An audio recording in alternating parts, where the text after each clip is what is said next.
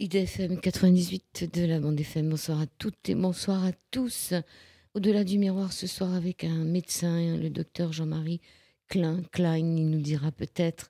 Il est passionné autant par la médecine que par l'histoire. Cet auteur pratique les deux, la médecine et l'histoire depuis plus de 30 ans. On va l'accueillir, c'est par téléphone.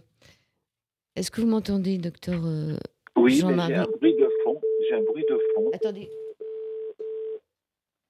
Ça y est, le bruit de fond est parti, on est d'accord? Oui, on est bon. Bon, ben c'est bien, on n'a plus de bruit de fond, on est bien. Alors, Jean-Marie Klein, K-L-E-I-N, ou Klein, comme vous dites en Alsace. Allô? Oui, oui, je vous écoute. Oui, je vous dis Jean-Marie Klein, comme on dit en Alsace. En Alsace, voilà, dans les pays germaniques, oui. D'accord. Alors, vous avez écrit un livre qui s'appelle Pour une médecine de l'âme, qui est publié aux éditions d'Hervy. Vous voulez reconsidérer la médecine et la réconcilier avec le sacré. Oui, exactement. Je me suis rendu compte progressivement, dans la pratique médicale de tous les jours, en particulier par rapport aux hôpitaux, que l'homme est devenu une sorte de matricule, hein. Et, euh, et avec mes connaissances historiques que j'avais, je suis arrivé à la constatation que on avait oublié que le corps était quelque chose qu'il fallait respecter, que le corps était sacré, qu'il fallait le respecter, qu'il fallait en tenir compte et que c'est le corps qui s'exprime lorsque l'âme est en souffrance. Vous écrivez en préface de votre livre que vous souhaitez que ce livre interpelle et même qu'il dérange. En quelle mesure il peut déranger? Parce qu'on est dans une médecine qui est basée sur des preuves. Hein. Comment est-ce que je pourrais dire? On parle statistique, on parle cohorte, on parle en mathématiques, en statistiques, mais on ne parle jamais de l'individu en lui-même. Hein. Ça, c'est une première chose. La deuxième chose, c'est que lorsque les gens sont en peine, en souffrance, maintenant ça commence à changer un petit peu, mais le malade était laissé seul dans sa chambre, il n'avait pas de soutien, si vous voulez, psychologique, religieux, spirituel, si vous voulez. Hein. Donc je pense que de ce côté-là, il y a énormément de choses à faire. Oui, vous dites aussi à la fin de votre livre que maintenant, c'est même plus des médecins généralistes comme avant, c'est des spécialistes d'une partie d'un organe. Ça devient que des spécialistes de spécialistes, c'est-à-dire que le corps est regardé pas dans son intégralité, mais partie par partie, c'est-à-dire qu'on n'est même plus un être humain, on n'est qu'une partie d'un corps. Tout à fait. On assiste à une surspécialisation de la médecine depuis une vingtaine d'années. Je ne dis pas que c'est un mal, quelque part. Hein. Il en faut. Hein. Il faut des gens. Par exemple, vous prenez la cardiologie. Hein. Au début, on était cardiologue, point. Après, on est devenu cardiologue interventionniste. Après, il y a eu des cardiologues rythmologues qui ne font plus que traiter des troubles de rythme. Il faut de ces gens-là. Mais ça doit rester, si vous voulez, une exception. Hein, des cas précis de gens qui ne font que ça. Mais la grande majorité doit rester, à mon sens, un médecin qui s'occupe du général, qui s'occupe du corps, de l'esprit, de l'âme. Alors, ce n'est pas un livre qui qui retrace l'histoire de la médecine, et ce n'est pas une attaque contre la médecine, ni contre les religions, ou tout du moins la religion catholique, puisqu'il en est beaucoup question du rapport de la médecine avec l'Église. C'est là où c'est intéressant. Donc, ce n'est pas un livre qui attaque quoi que ce soit. Pas du tout, pas du tout. Et ce n'était pas le but. Le but était simplement d'apporter la preuve qu'au cours de l'histoire, dans les 2000 dernières années, on a assisté, si vous voulez, à une déspiritualisation de tout ce qu'on fait. Ça ne concerne pas que la médecine. Hein. Vous prenez les anciens Grecs. Hein. L'agriculture était quelque chose de sacré. Le travail qu'ils faisaient était considéré comme sacré. De nos jours, ce n'est plus le cas. D'accord. D'ailleurs, vous avez une définition du sacré dans votre livre. C'est ce qui ne peut être touché sans souiller. C'est un double sens du sacré et du maudit. Oui, parce que le terme au Moyen Âge pouvait signifier les deux choses. Il pouvait autant, euh, comment je vais dire, parler de quelque chose de sacré, de religieux, de pur, d'élevé, comme cela pouvait être le côté diabolique de la chose. Hein. D'accord. Il y avait un mal, on appelait ça le mal sacré. Le mal sacré, il y avait des mots sacrés, le mal sacré, comme les écrouelles. Tout à fait, tout à fait. Les écrouelles, c'était quoi au juste? Les écrouelles, c'était une forme de tuberculose qui touchait essentiellement le cou. Hein, c'est des gens qui avaient des gros ganglions, des adénopathies au niveau du cou. Et les rois de France avaient ce côté thaumaturge de pouvoir guérir les écrouelles des gens qu'ils touchaient. Et l'épilepsie aussi était considérée comme un mal sacré. Oui, mais là, la chose est parce que cela conférait un certain degré dans l'épilepsie, comment pourrais-je dire, il y avait un côté un peu de folie. Et il faut savoir que dans les anciennes peuplades, même chez les Arabes, par exemple, dans l'ancien islam, les fous étaient sacrés, ils étaient intouchables. Alors, l'adjectif spirituel en tant qu'adjectif qui au XVe siècle ne s'emploie, avant le XVe siècle, ne s'emploie que dans le domaine religieux ou philosophique. Le mot spiritualité, spirituel à l'époque n'avait pas la même définition que maintenant. Oui, le sens des mots change avec le temps. Hein. Et comme c'est le cas, par exemple, des mots spirituels, vous avez également la même chose avec le mot ascèse. Je prends l'exemple du mot ascèse parce que tout le monde comprendra mieux. C'est plus simple. Dans l'ancienne Grèce, un travail était dit ascétique, c'est un travail sacré. C'est un travail que les gens faisaient dans le bien de l'humanité, des dieux, etc. Et c'est Bossuet qui, dans un sermon mortuaire, je crois d'une sœur d'un roi de France, je ne sais plus je ne sais plus qui exactement, a donné au terme ascèse le sens de quelque chose d'ascétique, comment pourrais-je dire, un travail qui était dur, qui était douloureux, qui était laborieux, qui a donné le sens qu'on lui donne aujourd'hui, d'ailleurs, hein, et un sens qu'on doit à Bossuet. Et avec la spiritualité, c'est la même chose. Dans le modèle de spiritualité, c'est une question de souffle. C'était le souffle divin, le pneuma. Hein. Ok. Alors, vous parlez, on démarre avec la tradition primordiale, puisque on parle de médecine, donc on revient à l'origine de la médecine dans l'humanité. Il y aurait eu une tradition primordiale, on dit, qui serait venue d'ailleurs, qui serait pas venue de, je sais plus, je l'ai noté quelque part, mais qui nous a été donnée, mais qui vient de René Guénon enfin écrit qu'elle n'est pas d'origine humaine, mais qu'elle permet de relier l'homme à son origine divine. Cette fameuse tradition primordiale qui remonte à la nuit des temps. Tout à fait, tout à fait. Bon, là, il y a deux choses à considérer. Tout dépend de l'hypothèse de départ. Hein.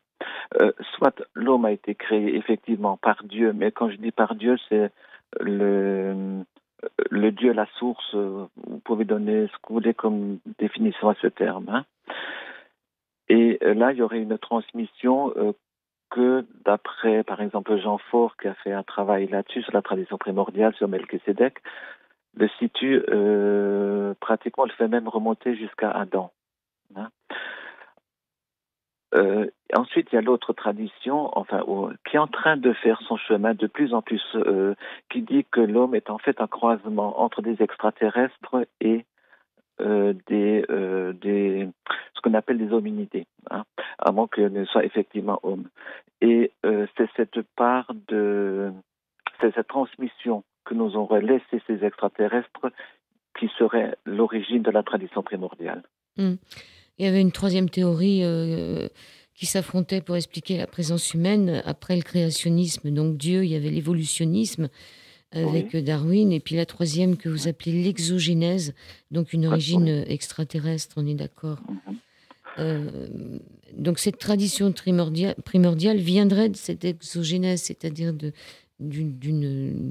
d'extraterrestres qui seraient venus un peu nous changer Oui, notre ADN, ou je ne sais ce qu'ils seraient venus faire. voilà, qui ont trafiqué un petit peu l'ADN, tout à fait. Hein. C'est ce qu'on fait déjà, c'est ce qu'on refait aujourd'hui.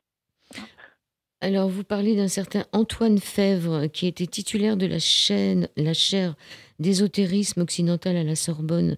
Cette chaire ayant été créée en 1965 par François Secret. Est-ce que cette chaire, elle existe encore à la Sorbonne? Écoutez, là, vous me posez une colle, je ne sais pas. Je ne me suis pas posé la question. Ce serait intéressant de savoir si elle existe encore. Oui, tout à fait, tout à fait. Là, franchement, je ne pourrais pas vous répondre, je ne sais pas.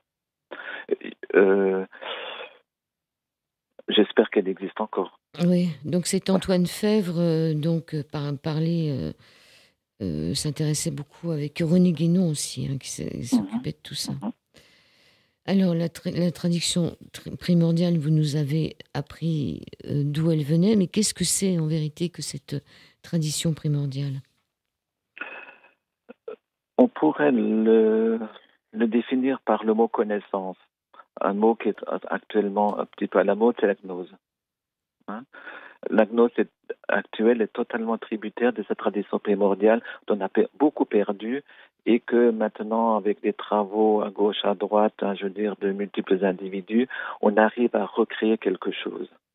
Hein.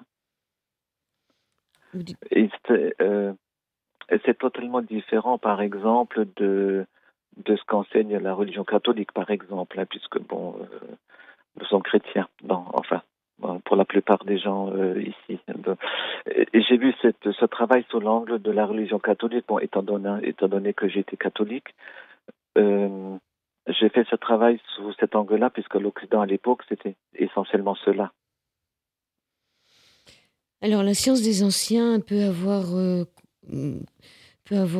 contenu une connaissance très complexe d'une réalité plus profonde que ne la présente la science actuelle.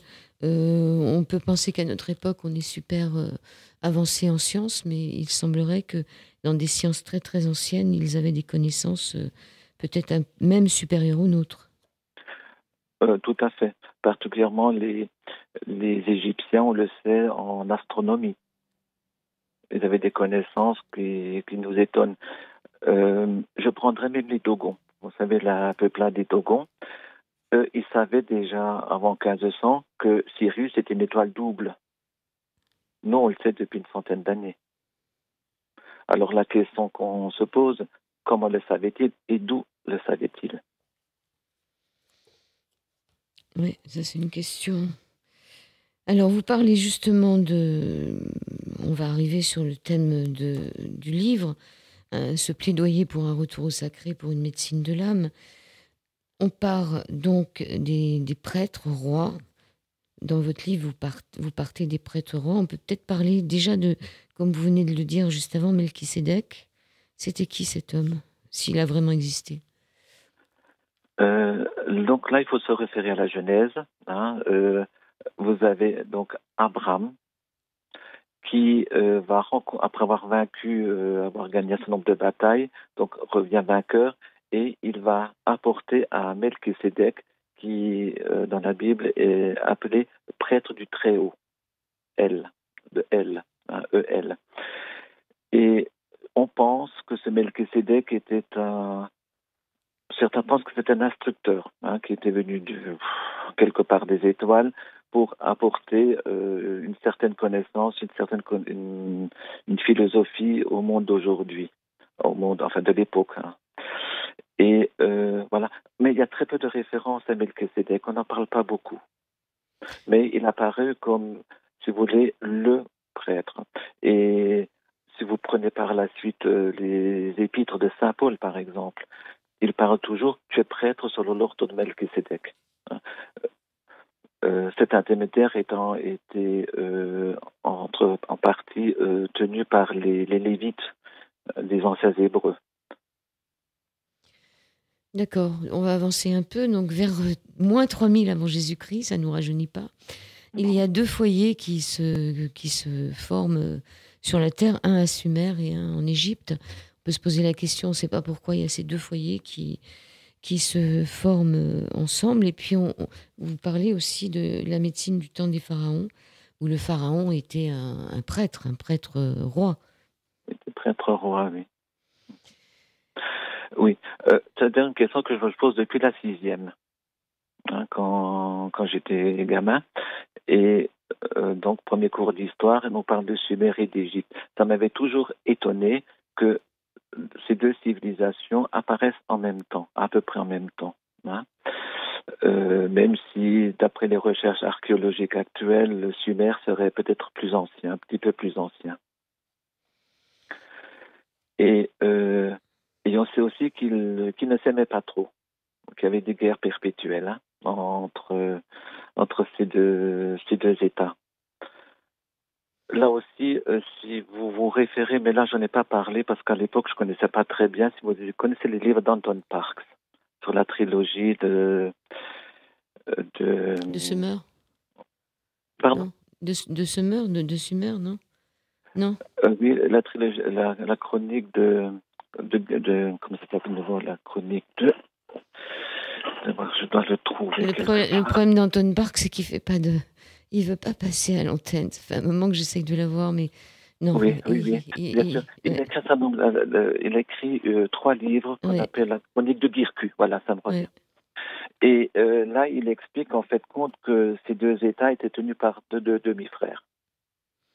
C'est tout le mythe d'Enki et Enlil, etc. Ea et Enlil, voilà.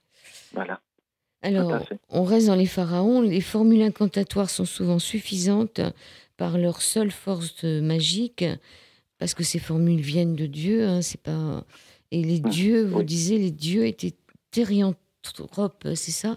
C'est des dieux qui ressemblaient, on le voit d'ailleurs, quand on regarde les dessins, enfin les cartouches égyptiennes, ils ont des têtes de faucons, des têtes d'ibis, enfin ils ont des têtes d'animaux. Comment on peut penser, à quoi ça peut faire penser finalement? Est-ce que c'est un peu une question de chamanisme, on prend la force de l'animal? Oui, la question n'est pas facile à répondre. C'est vrai qu'il y a une forme de chamanisme. Et c'est d'ailleurs la thèse que défend totalement Graham Hancock dans Surnaturel, par exemple. Hein. Il écrit un bouquin de 600-700 pages où pour lui, les prêtres égyptiens n'étaient que des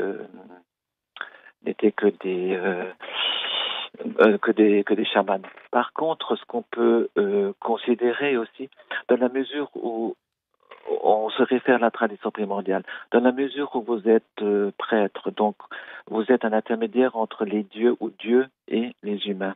Donc vous êtes investi d'un pouvoir, d'un savoir, et entre autres, il y a une façon de parler. Il y a dans le papyrus d'Hébert qui dit que Isis était fort en gueule. Il faut comprendre avec ça qu'elle était forte dans ce qu'elle disait et qu'elle avait le pouvoir de guérir par les sons. Et d'ailleurs, même Paracelse écrivait dans un de ses livres, vous ne connaissez pas la puissance du verbe, du son, du verbe, du mot. Hein. Et ça, c'est même repris un peu plus tard par Rudolf Steiner, quand il dit que quand vous vous adressez à votre patient en face, la chose est de lui déclencher le processus qui va engendrer la guérison. Donc tout est dans la voix, dans ce que vous dites et comment vous le dites. Ok, on va faire une première pause avant d'aborder les druides, le monde celte et surtout l'Église catholique avec ce qu'a été... c'est la partie la plus importante du livre. On fait une petite pause pour une médecine de l'âme, donc Jazy, qui parle de ce que nos âmes sont, et on se retrouve tout de suite sur l'antenne d'IDFM. À tout de suite. À tout. Et nous sommes toujours avec le docteur Jean-Marie Klein dans cet Au-delà du miroir, sur l'antenne d'IDFM, sur le 98 de la Mande FM, et nous parlons d'une médecine de l'âme, un plaidoyer pour un retour au sacré. En première partie, on a vu un peu ce qui se passait du temps des pharaons et même avant à Sumer et en Égypte. Donc, et maintenant, on va peut-être partir un peu chez les Celtes, les Gaulois, les druides. 5e siècle avant Jésus-Christ, déjà, on en parlait. Docteur Klein, vous êtes à l'antenne. Oui, Oui, je je vous dis vois. que les druides, on les connaissait déjà au 5e siècle avant Jésus-Christ. Oui, ce sont les Grecs, les anciens Grecs qui en parlaient, hein. Mais il semblerait qu'ils soient plus anciens que cela, peut-être 8e ou 10e siècle avant Jésus-Christ, hein. Et en fait, on ne sait pas vraiment d'où ils viennent. Et il y a plusieurs théories, il y a plusieurs hypothèses. La théorie la plus communément admise actuellement, c'est qu'ils venaient autour de la mer Noire. Et il y a une autre théorie qui existe et qui dit que, entre autres, surtout les druides, étaient des prêtres qui avaient échappé au déluge, au cataclysme qui a englouti l'Atlantide. Alors, ils ont disparu quand même, il n'y en a plus. Enfin, il y en a encore quelques-uns qui se disent druides, mais le druidisme, c'était quoi au juste? C'était du politique aussi, le druidisme. C'était du politique, c'était du religieux, c'était du guerrier, c'était de la magie, c'était la mémoire, c'était les chants. Ils avaient des spécialisations, hein. Il y avait des médecins, il y avait des bardes, il y avait des ovates, etc. Et les druides, en fait, c'est eux qui géraient toute la société. Ils étaient même au-dessus du roi, Mhm. hein. Et, euh, et c'est eux qui ont transmis tout un savoir qui était oral. Et la transmission des chorales, on n'a rien d'écrit à ce sujet. Et ça fait un peu comme Et l'Inde au départ, c'était un enseignement oral. l'enseignement était choral et pour être un bon druide, il fallait 20 ans. Parce qu'il fallait qu'il se souvienne de tous les textes par cœur, mot par mot, point par point. Et je pense savoir de sources sûres qu'aujourd'hui, il existe encore quelques vrais druides disséminés en Occident, mais vraiment très rares. Donc ça prouve qu'il en reste encore quelques-uns, ça serait bien. Il y en reste quelques-uns qui existent toujours et qui sont cachés, qui vivent cachés et qui transmettent à deux ou trois choisis, deux ou trois élus, on peut le dire comme ça, tout un savoir, toute une connaissance. Alors oui, alors une relation étroite entre les druides, Pythagore et entre donc Pythagore et même l'orphisme. Ah oui, ils se connaissaient.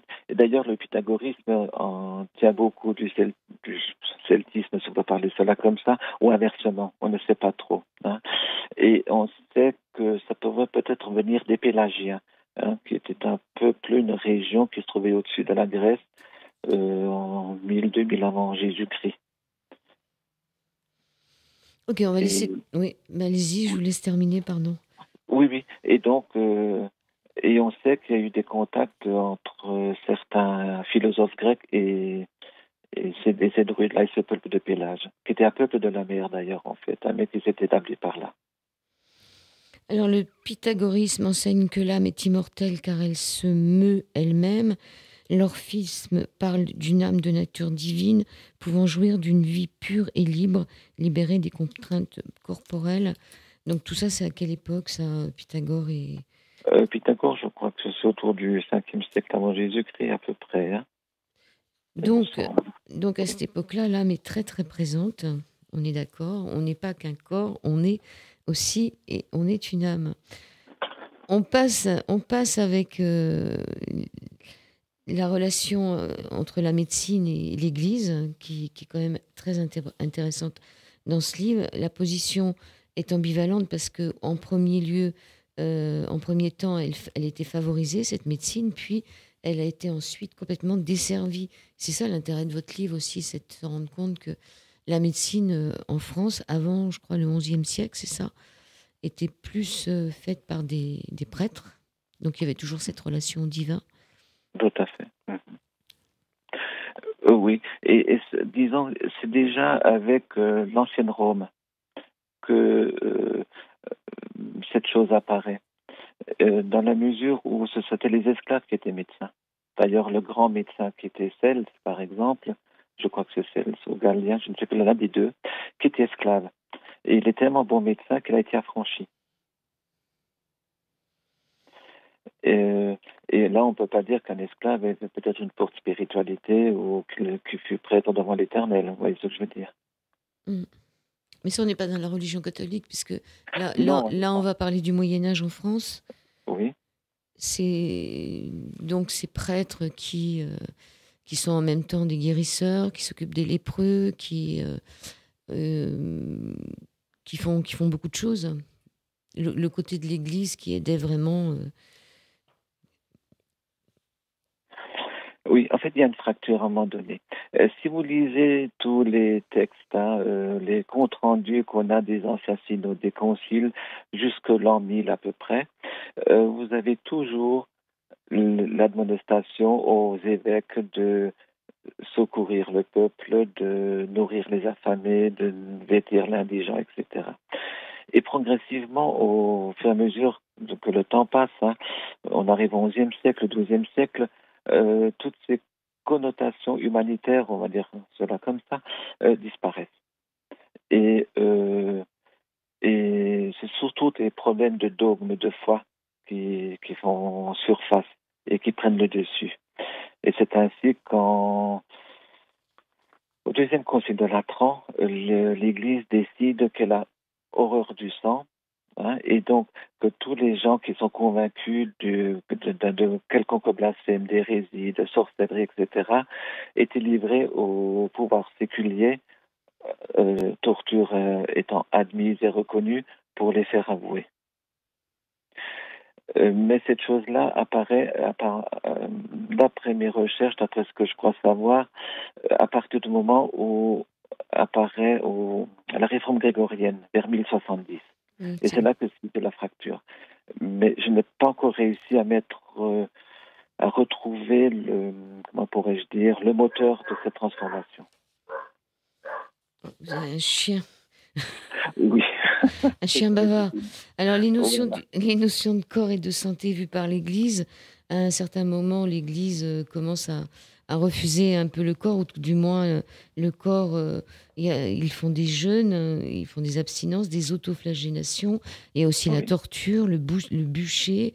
Ils acceptent les dissections, c'est-à-dire les autopsies, c'est-à-dire que le corps est perdu par rapport. Le corps n'a plus cette fonction sacrée qu'il avait avant. On peut le dépouiller, on peut le dépecer, on peut le torturer, on peut le brûler. C'est-à-dire, c'est vrai que ça change beaucoup. Oui, et ceci s'est mis en place entre 1200 et 1400. Mais les premières dissections étaient fortement condamnées, réprouvées par l'Église. Ils pouvaient finir sur le bûcher. Mais après, au fur et à mesure, de par la pression de certains chirurgiens illustres, connaissant certains cardinaux bien placés, certains évêques bien placés, vous savez comment ça marche un peu partout, l'Église a fini par l'accepter.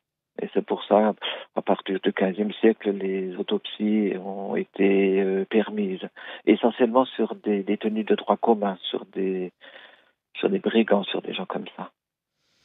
Alors déjà au milieu du Xe siècle, il y avait les médecins de Salerne.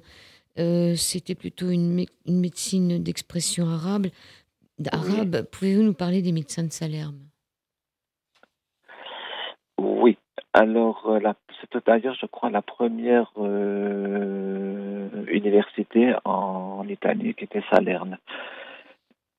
Et à l'époque, bon, bien sûr, la médecine occidentale, c'était pratiquement zéro pointé. Et tout le savoir qu'on avait venait par les Arabes, par l'Espagne. Par Cordoue, essentiellement Cordoue et Salamanque, ce qu'on appelle aujourd'hui l'Andalousie. Là-bas, il y avait un foyer où les catholiques, les Hébreux, les Arabes se côtoyaient dans une parfaite compréhension, amitié, et travaillaient ensemble. Et là-bas, la science a pu faire des bons, je ne vais pas dire prodigieux, mais bon, on a pu transmettre un certain nombre de choses. Et ce sont des médecins qui ont immigré donc d'Espagne pour se rendre en Italie, qui ont apporté un premier savoir. On apprend dans votre livre que chaque médecin était un peu ou pro-alchimiste à l'époque parce qu'il faisait des remèdes, il faisait un peu tout le médecin à l'époque. Il devait connaître l'astrologie, il devait connaître les plantes. Oui.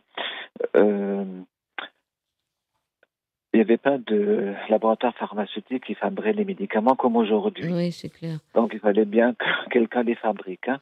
Et qui pouvait les fabriquer, c'était le médecin, qui avait des connaissances en botanique, qui devait avoir des connaissances en astrologie, parce que telle et telle plante était vénusienne, l'autre était martienne, l'autre était jupitérienne, etc., lunaire, solaire.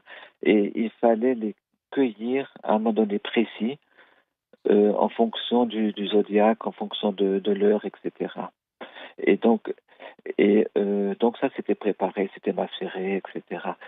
La distillation ne vient que plus tard. Hein. C'est Arnaud de Villeneuve qui l'a introduit d'Espagne en France.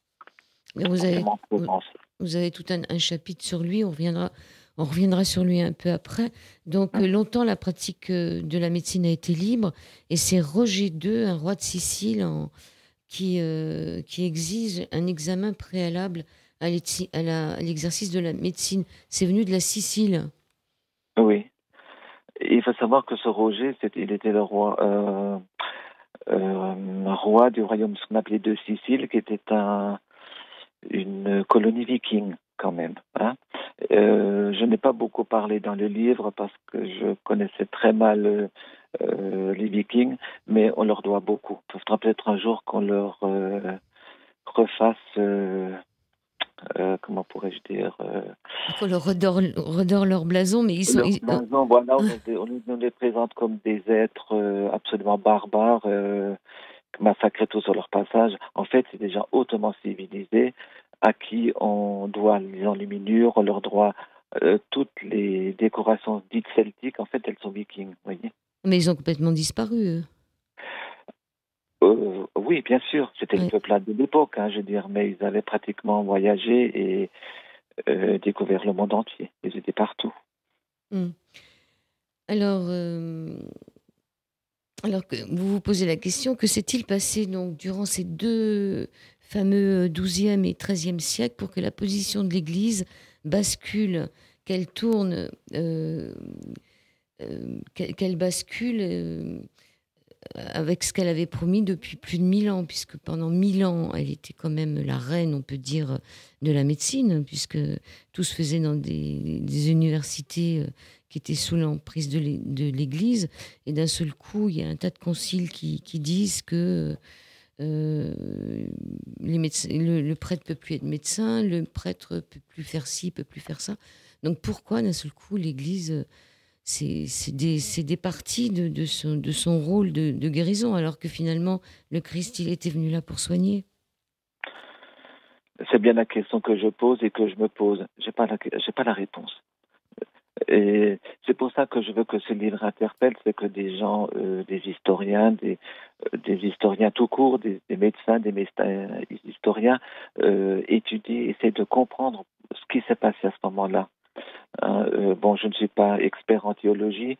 Je pense qu'il va y avoir des réponses à chercher de ce côté-là. Oui, puisqu'en 1122, le pape interdit aux abbés et aux moines de donner des pénitences publiques, ça c'est peut-être pas une mauvaise chose, mais aussi de visiter les malades. Vous nous citez tous les canons, numéro 17, numéro 5, etc., qui ont eu lieu jusqu'au concile, tous les conciles. L'Église, c'est vraiment départie de son côté de soigner, mais sans parler de soigner.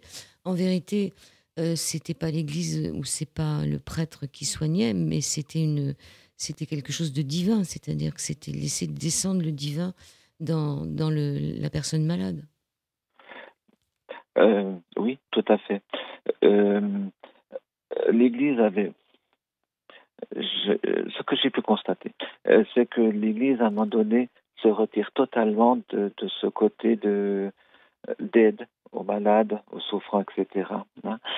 En fait, ils avaient surtout peur que le bas clergé ne tombasse dans la luxure parce qu'ils voyaient pouvaient rencontrer des femmes qui étaient malades, un petit peu dénudées, etc., et qu'ils soient pris par le plaisir de la chair.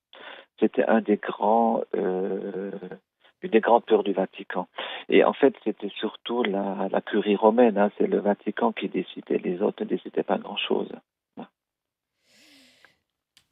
Oui, je suis d'accord avec vous, mais bon, le concile de Clermont du 18 avril 1130 stipule dans le canon numéro 5 que les moines et les chanoines réguliers ne pourront plus, après avoir pris l'habit et émis leurs vœux, étudier la jurisprudence et la médecine dans un esprit de lucre et exercer les fonctions d'avocat et de médecin.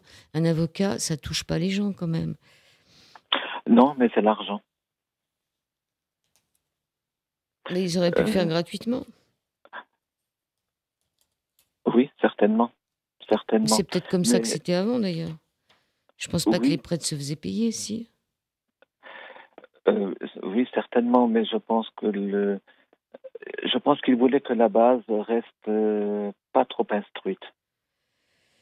Oui, et puis alors, dans votre livre, vous dites après que finalement, c'était pas le salut du corps qu'il voulait, c'était le salut de l'esprit. Donc, de l'âme, on va dire. Voilà, le salut de l'âme, le corps, c'est là où le corps devient... le corps n'existe plus. Parce que là, votre livre, c'est pour une médecine de l'âme, mais c'est aussi pour nous montrer à quel point le corps a disparu. Tout à fait. Il devient évanescent, on n'en tient plus compte. Et seul compte simplement de se tourner entièrement vers Dieu et qu'il fallait laisser tomber toutes les choses terrestres. Et c'est là qu'arrive aussi la notion de purgatoire et les hommes qui avant avaient une sorte de foi dans un au-delà, d'un seul coup ont un peu peur, ils ont peur de souffrir, ils ont peur de la mort, du purgatoire, voilà. Donc tout ça, ça arrive aussi à peu près dans ces mêmes époques, vers le 12e où il y a... On est d'accord ? Tout à fait, on est d'accord. En fait, ce qu'il voulait aussi, à mon avis, c'était faire peur aux gens. Si tu ne fais pas ce qu'on te demande, tu iras au purgatoire et en enfer, tu voleras dans les flammes de l'enfer éternel, etc. Donc alors qu'est-ce qu'il faisait, le pauvre bougre? Il faisait ce que lui demandait son curé, son clergé. Il labourait sa terre, donnait sa dîme et puis il allait à l'église de temps en temps. Voilà.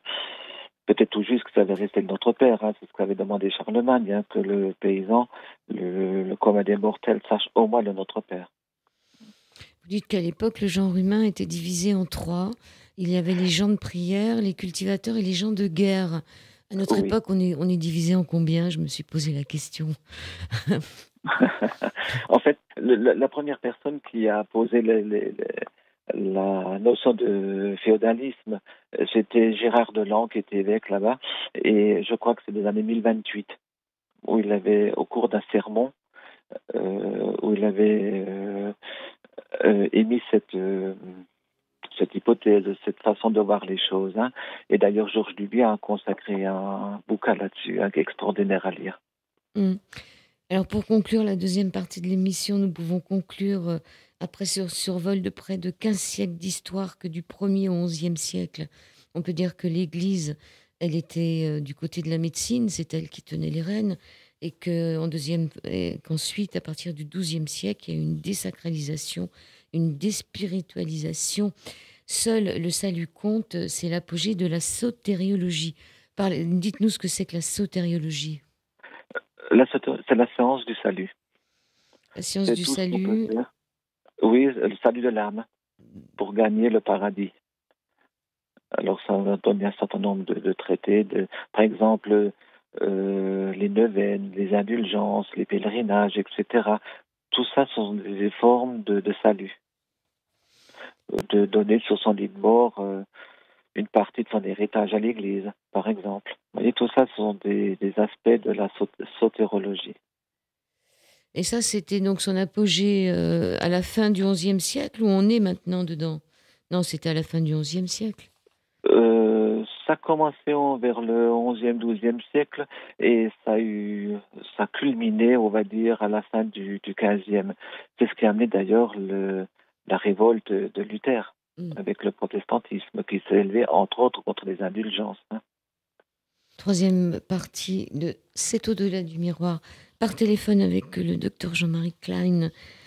Pour une médecine de l'âme, plaidoyer pour un retour au sacré. Dans votre livre, après, vous abordez quelques guérisseurs, on peut dire, quelques personnes importantes comme Hildegarde de Bingen, mais on n'en parlera pas parce que ça sera le sujet d'une émission la semaine prochaine. Vous parlez d'Arnaud de Villeneuve qui a vécu de 1235 à 1240, de Paracelse. Vous parlez de l'homéopathie, vous parlez aussi de l'anthroposophie, je pense avec Steiner, et vous parlez de la salutogénèse. Est-ce que vous pouvez nous dire ce que c'est que la salutogénèse, docteur Klein? Oui, bien sûr. La salutogénèse, c'est un concept qu'a développé Steiner dans la médecine anthroposophique. Et c'est le pouvoir, ce qu'on appelle d'auto-guérison. C'est-à-dire qu'on a chacun certaines capacités à s'auto-guérir. On peut appeler ça l'effet placebo, si vous voulez. Hein. Oui, puis on voit que les animaux sauvages se guérissent tout seuls. Hein. Oui, parce que, bon, oui, ou elles guérissent, soit elles meurent. Hein. Je veux dire, voilà, tout dépend de l'importance des lésions, des blessures ou du type de maladie. Hein. Mais vous pouvez très bien, vous-même, vous guérir d'un rhume en ne prenant rien du tout, en disant, bon, voilà, maintenant, ce rhume, voilà, ça type en homéopathie, ferrum fos, je vais me donner ferrum fos en pensée, vous déclenchez le processus ferrum fos, et puis et votre rhume, en 2 jours, il est parti, il est guéri. Voyez. Oui, mais ça fait pas le compte pour les laboratoires pharmaceutiques, ça. Ils aiment pas non, trop. Non, c'est pas de la publicité pour eux, ça c'est sûr. Bon, la salutogénèse, l'auto-guérison, la régulation immédiate grâce au corps éthérique, c'est dans votre livre. Ce qui est aussi très intéressant dans votre livre, c'est toute la partie sur la physique quantique. Oui. Est-ce que vous pouvez nous rappeler en quelques mots ce que c'était que le pendule de Foucault? Parce que moi, je connaissais ce terme, mais je ne savais pas vraiment comment il avait été fait, où il avait été mis, Foucault, 1819-1868. Qu'est-ce que c'est que cette histoire de pendule? Oui, le pendule. C'était un physicien français, je crois que c'était Louis Broglie, si mes souvenirs sont bons, qui voulait démontrer que c'est la Terre qui tourne autour du Soleil et non l'inverse, comme le pensaient les gens du Moyen Âge. Et donc, il avait décidé de créer un gros pendule, donc avec une tige métallique de 15 mètres de long, je crois, et au bout, une grosse boule de fer. Et il l'a fait, donc il l'a mis en mouvement. Et il l'a mis sur le Panthéon, c'est ça? Je sais plus, c'est marqué dans votre livre, mais... Oui, c'est marqué dans le livre, là. Enfin, j'avoue qu'il y a des détails que j'ai oubliés. Mais voilà. Et à la voûte du Panthéon, c'est ça? À la voûte du Panthéon, voilà. Et donc, comme ce pendule tournait dans un certain sens, il a déduit que, effectivement, à cause de cela, que c'est bien la Terre qui tourne autour du Soleil et non l'inverse. Sauf que, en ayant discuté avec des astrophysiciens, ce pendule, ne démontre pas que la Terre tourne autour du Soleil, mais que la Terre se dirige vers le grand attracteur, qui est une constellation, un amas de constellations à des milliards d'années-lumière d'ici, et on se dirigerait là-bas à toute vitesse. On n'est pas près d'y arriver, je vous rassure, on a encore quelques milliards d'années à vivre avant. Bon, mais on a le temps. On a le temps de se préparer. On a le temps de dire les choses, tout à fait. Voilà, non, mais c'était bien de reparler du pendule de Foucault, parce que souvent on entend parler du pendule et on ne sait pas trop de quoi ça parle. Alors, il y a tout un chapitre aussi sur l'ADN et sur le centriole. L'ADN, on connaît plus ou moins. Le centriole.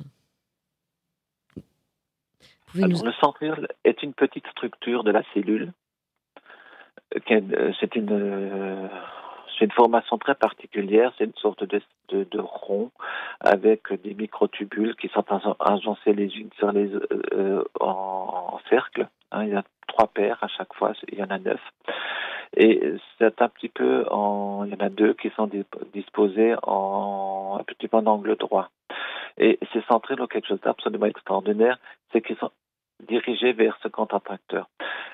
Et ces centrioles, ils interviennent dans la division de la cellule, que ce soit par la mitose ou la méiose, peu importe, on ne va pas rentrer dans les détails de ce côté-là, mais ce sont eux qui sont responsables de la mitose et de la division cellulaire. Et ce sont seulement eux qui donnent la structure à la cellule, c'est-à-dire qu'elle soit ronde, elle soit en forme pyramidale, etc. C'est le centriole qui en est responsable, parce que de là part des microtubules qui forment le squelette de la cellule. Et donc, est-ce qu'il y a des travaux qui s'y réfèrent en ce moment? Il y en a très peu. Oui, c'est ça. J'ai beaucoup cherché, j'ai pas trouvé grand-chose. Il y a à peine une cinquantaine de travaux que j'ai pu trouver sur le centriole. Alors que sur l'ADN, il y en a des milliers. Sur les mitochondries, vous en avez des milliers aussi, etc. Le centriole est très peu étudié parce que bon, il reste très, très, très mystérieux. Oui, puis le fait qu'il soit dirigé vers je ne sais quelle constellation, ça doit faire peur. Mais comment on peut savoir qu'il est dirigé? Parce que c'est sa façon de se tourner, c'est ça? C'est son orientation. Hmm. C'est l'orientation, il prend une certaine direction par rapport à l'univers et il se trouve que tous ces centrioles convergent vers ce point-là. Alors, je vais quand même citer une partie de votre livre sur l'ADN. L'extraordinaire structure, tant physique que quantique, de notre ADN est comparée à une véritable antenne tournée vers le cosmos et à son écoute. Il y a un lien entre la densité du couple espace-temps et la structure de l'ADN.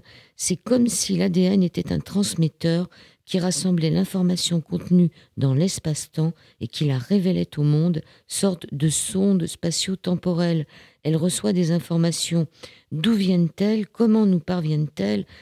Laszlo parle d'information, il pose la problématique du vide, il se pose la question, comment le vide enregistre-t-il, conserve-t-il et transmet-il cette information? Mais étonnamment, il ne parle pas de son origine, d'où elle vient. C'est toute la fin de votre livre sur la physique quantique. Et il y a une dernière question qui nous embarrasse et qui vous embarrasse sûrement. Avec qui ou quoi notre ADN communique-t-il? C'est une bonne question, vous n'avez pas de réponse. Ah ben non, si on le savait. Hein. Mais bien sûr, on peut toujours dire que cet ADN communique peut-être avec nos créateurs. Ou d'autres À créateurs. condition de reconnaître qu'on en De est. le connaître. Voilà, Ben de oui, c'est savoir. ça le Ah problème. ben oui, tout est là. Hein, tout est On là. repart avec le début de l'émission où on avait des prêtres rois, c'est-à-dire des sortes de trucs divins, enfin d'êtres divins qui nous reliaient à la source en faisant des sortes de guérisons spirituelles.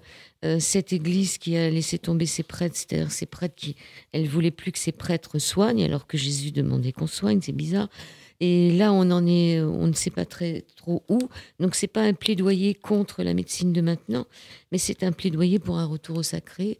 Et c'est pour ça que j'ai passé la musique de Zazie sur l'âme, cette âme qui est enfermée dans notre corps et qui aimerait bien de temps en temps peut-être pouvoir se connecter.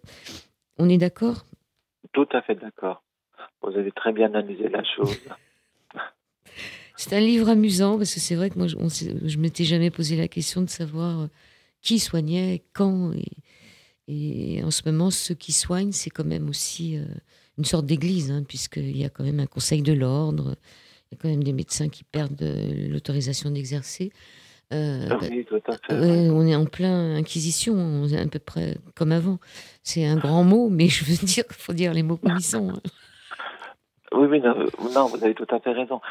Vous savez, si l'homme était devenu intelligent, respectueux, etc., il n'y aurait pas de dérive. On n'aurait pas besoin d'ordre, de contrôle de ci ou de ça. Hein. Ça, c'est la première chose. La deuxième chose, c'est que il y a des gens, des personnes qui ont toujours besoin de dominer les autres, de hiérarchiser les choses. Ouais, c'est une prise de pouvoir. Des prises de pouvoir, tout à fait. Tout à fait. Et je pense que le but, la seule voie d'issue pour notre civilisation, si vous voulez, c'est que chacun retrouve sa divinité, sa propre croix dans ce qu'il est, pour se libérer de ce qu'il y a autour de nous. Hein, à partir de ce moment-là, on respectera chacun, on n'aura plus besoin de toutes ces lois, de toutes ces choses-là. C'est pas vraiment d'aller vers le transhumanisme, se plaidoyer pour un retour au sacré. Donc, pour une médecine de l'âme, vous appelez docteur Jean-Marie Klein, Klein, Klein, et c'est publié chez Dervy. Vous avez une phrase pour terminer cette émission? Je n'ai pas pensé. Bon, ce que je voudrais, c'est que simplement que ce livre, comme j'avais dit ça dans l'avant-propos, il interpelle et que chacun se pose les bonnes questions. Oui, Hein. on n'est pas en train de critiquer quoi que ce soit. Non, non, tout à Simplement, on se fait. Non. demande, voilà. Je vous Voilà, remercie. exactement. Je vous remercie beaucoup. Merci de m'avoir invité, puis au plaisir. Ben, merci d'avoir accepté l'invitation. Merci beaucoup.